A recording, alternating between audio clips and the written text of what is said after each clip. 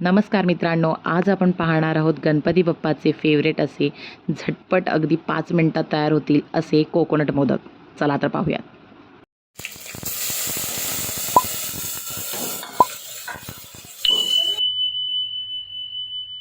तर सर्वात प्रथम आपण स्टफिंग बनवून घेणार आहोत आणि त्यासाठी मी इथे ड्रायफ्रूट्स कट करून घेतलेले आहेत आणि तुम्हाला जे ड्रायफ्रूट्स आवडतात ते कमी जास्त प्रमाणात तुम्ही त्यामध्ये ॲड करू शकता. तर इथे मी पिस्ता, बदाम आणि काजू घेतलेले आहे.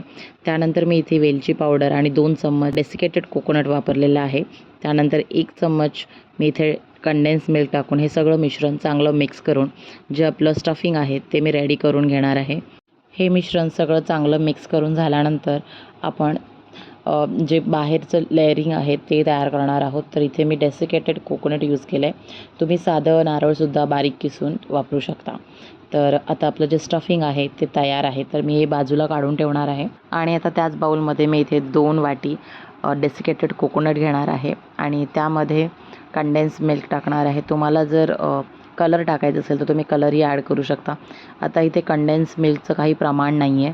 सो एक फक्त चिकटपणा त्या बेसला तयार व्हावा इतकंच आपल्याला कंडेन्स मिल्क ॲड करायचं आहे. लक्षात ठेवा की जास्त कंडेन्स मिल्क झालं तर मोदकला एक चांगला शेप देता येणार नाही आहे. त्यामुळे थोडं थोडं करून ॲड करा आणि एक छान असा गोळा तयार करून घ्या. तर आपले जे दोन्ही मिश्रण आहे ते तयार आहेत. तर आपण आता मोदक बनवायला स्टार्ट करूयात. तर सर्वात प्रथम आपण मोदकाचा जो मोल्ड आहे त्याला रबरने टाईट करून घेणार आहोत आणि त्यानंतर आपण त्या मोदकाच्या मोल्डमध्ये तुपाचा हात फिरवून घेणार आहोत, जेणेकरून आपण जेव्हा मोदक डिमोल्ड करू तो पटकन निघेल आणि आपल्याला जास्त वेळ लागणार नाही. सो आता इथे मी दाखवल्याप्रमाणे आपण फक्त कोकोनटचा लेअरिंग करून घेणार आहोत आणि नंतर जे आपण स्टफिंग तयार केलं आहे ते स्टफ करणार आहोत. तर चांगल्या पद्धतीने इथे दाखवल्याप्रमाणे तुम्हाला ते जे मिश्रण आपण तयार केले ते चांगलं स्टफ करून घ्यायचं आहे, प्रेस करून घ्यायचं आहे, जेणेकरून आपला ज्या मोदकाचा शेप आहे तो अगदी आकर्षित येईल.